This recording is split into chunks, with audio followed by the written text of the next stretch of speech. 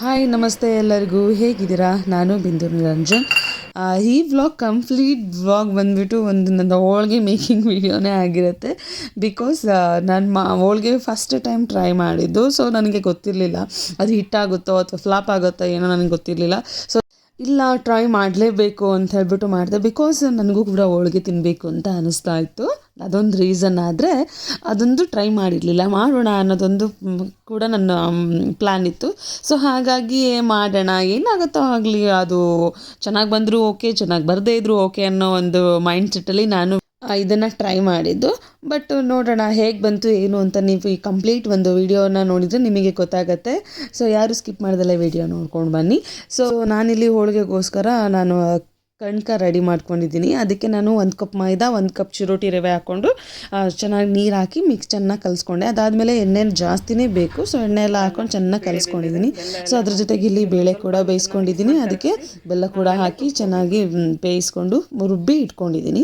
So ಹಿಟ್ಟನ್ನು ನಾನು ಅಡುಗೆಗೆ ಬಂದ ತಕ್ಷಣವೇ ನಾನು ಫಸ್ಟ್ ಮಾಡಿದ ಕೆಲಸನೇ ಒಂದು ಬೇಳೆನ ಬೇಯಕ್ಕಿಟ್ಟಿದ್ದು, ಅದ್ರ ಜೊತೆಗೆ ಇಲ್ಲಿ ಹಿಟ್ಟನ್ನು ಕಲಸಿಟ್ಟಿದ್ದು. ಬಿಕಾಸ್ ಹಿಟ್ಟು ಎಷ್ಟು ಚೆನ್ನಾಗಿ ನೆನೆಯುತ್ತೋ ಅಷ್ಟು ಚೆನ್ನಾಗಿ ಹೋಳಿಗೆ ಬರುತ್ತೆ ಅಂಥೇಳಿ ನಮ್ಮಮ್ಮ ಹೇಳಿದರು. ಸೊ ಹಾಗಾಗಿ ಇಲ್ಲಿ ಕಲಸಿಟ್ಟಿದ್ದೀನಿ.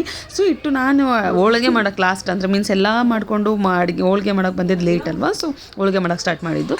ಸೊ ಹಾಗಾಗಿ ಅಷ್ಟರೊಳಗಡೆ ಹಿಟ್ಟೆಲ್ಲ ತುಂಬ ಚೆನ್ನಾಗಿ ನೆಂದಿತ್ತು. ಸೊ ಅದು ನೆಂದಾದಮೇಲೆ ಫಸ್ಟು ನಾನು ಚೆಕ್ ಮಾಡಿಕೊಂಡೆ, ಏನಾದರೆ ಮೀನ್ಸ್ ನನಗೆ ಉಂಡೆ ಕಟ್ಲಿಕ್ಕೆ ಬರ್ತಾ ಇದೆಯಾ, ಅದು ನನಗೆ ಮೀನ್ಸ್ ಕನ್ಸಿಸ್ಟೆನ್ಸಿ ಕರೆಕ್ಟ್ ಇದೆಯಾ ಅಂತ. ಅದೆಲ್ಲ ಕರೆಕ್ಟ್ ನನಗೆ ಸ್ಯಾಟಿಸ್ಫೈಡ್ ಆದಮೇಲೆ ನಾನು ಮಾಡೋಕ್ಕೆ ಸ್ಟಾರ್ಟ್ ಮಾಡ್ಕೊಂಡಿದ್ದು.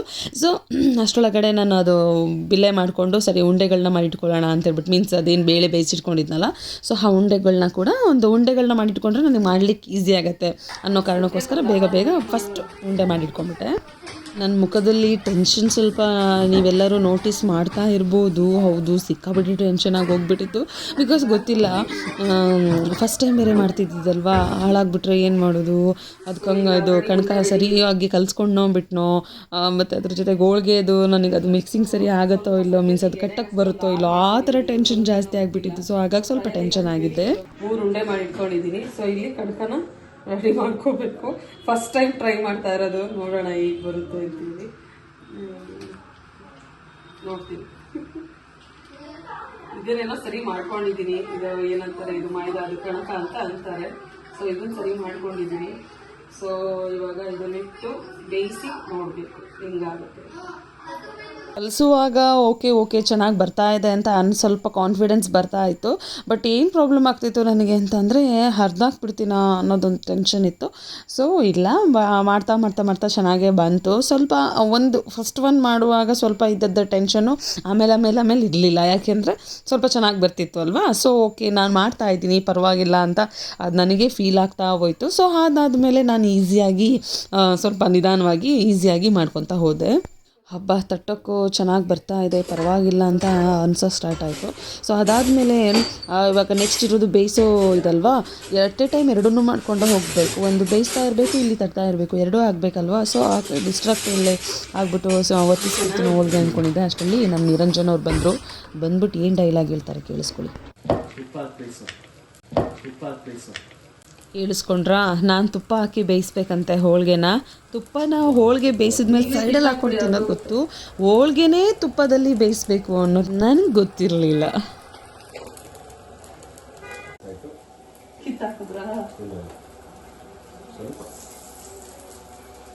ಸೊ ಒಂದು ಹೋಳಿಗೆ ತಟ್ಟಿದ್ದಾಯ್ತು, ಅದು ಫ್ಲಾಪ್ ಆಗೋಯ್ತು. ಸೊ ಇವಾಗ ಇಲ್ಲಿ ಇವ್ರು ಬಂದು ಬೇಯಿಸ್ತಾ ಇದ್ದಾರೆ. ಒಬ್ರು ತಟ್ತಾ ಇದ್ದೀವಿ, ಒಬ್ರು ಬೇಯಿಸ್ತಾ ಇದ್ದೀವಿ ಅಲ್ವಾ?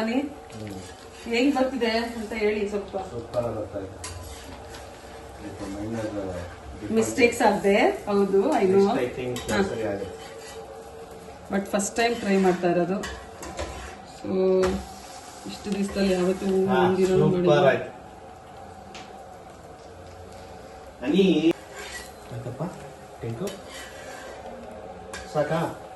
ಆಗ್ಲಿ ಸುಮ್ಮನೆ ಈಸ್ತಿದ್ದೀರಾ. ಗ್ಯಾಸ್ನ ಕಮ್ಮಿ ಮಾಡ್ಕೊಳ್ಳಿ, ಯಾವಾಗ ಗೊತ್ತಲ್ಲ, ಸೀಸ್ತಾ ಇದ್ದೀರಾ ನೀವು. ಎಣ್ಣೆ ಹಾಕೊಳ್ಳಿ, ಹಾಕುವಾಗ್ಲೂ ಎಣ್ಣೆ ಹಾಕೋಬೇಕು.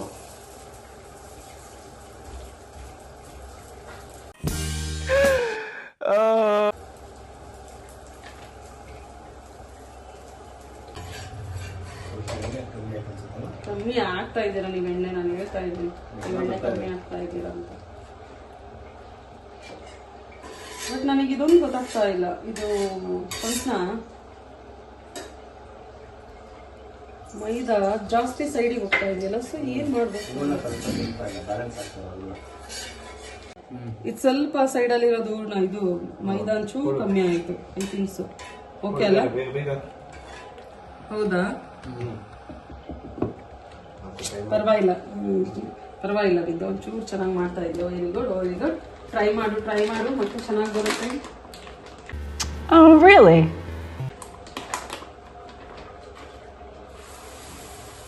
ಯಾರೆಲ್ಲ ಹೋಳಿಗೆ ಮಾಡೋದ್ರಲ್ಲಿ ಪ್ರೋ ಇದಿರೋ ದಯವಿಟ್ಟು ಕ್ಷಮಿಸಿ. ಫಸ್ಟ್ ಟೈಮ್ ಟ್ರೈ ಮಾಡ್ತಾ ಇದ್ದೀನಿ ಅಲ್ವಾ? ಏನಾದ್ರೂ ಎರರ್ಸ್ ಇದ್ರೆ ಕಾಮೆಂಟ್ ಮಾಡಿ, ಏನ್ ಮಾಡಬಹುದಿತ್ತು ನಾನು ಅಂತ ಹೇಳಿ. ಓಕೆನಾ?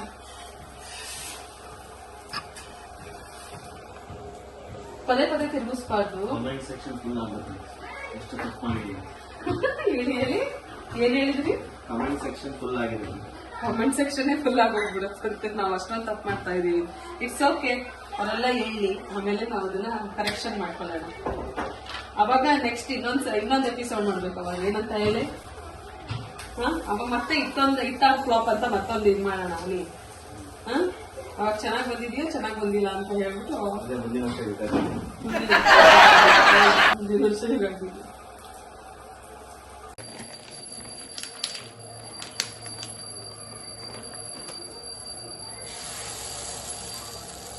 ಪುಟಾಣಿ ಹೋಳಿಗೆ ದೊಡ್ಡದಾಗಿ ಮಾಡಕ್ ಬರೋಲ್ಲ, ಅದಕ್ಕೆ ಪುಟಾಣಿ ಹೋಳಿಗೆ.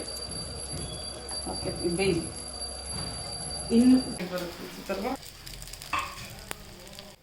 ಹನಿ, ಏನು ಮತ್ತೆ ಸಮಾಚಾರ, ಏನು ನಡೀತಾ ಇದೆ ಈಗ? ಅಟ್ ಲಾಸ್ಟ್ ನಮ್ಮ ಮನೆಯಲ್ಲಿ ಇನ್ನೊಂದು ರೌಂಡ್ ಅಲ್ಲ, ಫಸ್ಟ್ ಟೈಮ್ ಹೋಳಿಗೆ ಆಗ್ತಾ ಇದೆ. First time. ಹೌದು, ಫಸ್ಟ್ ಟೈಮ್. ಅದು ನಿನ್ನ ಸಾರಥ್ಯದಲ್ಲೇ. ಹೌದು.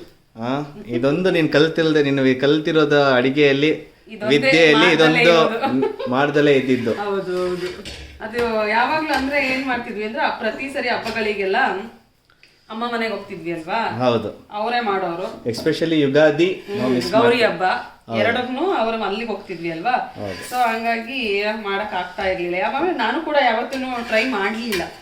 ಸೊ ಇನ್ನ ಇವತ್ತು ಮಾಡ್ಲೇಬೇಕು ಅಂತ ಅನ್ಕೊಂಡು ಸೊ ಮಾಡ್ತಾ ಇದೀವಿ. Not bad.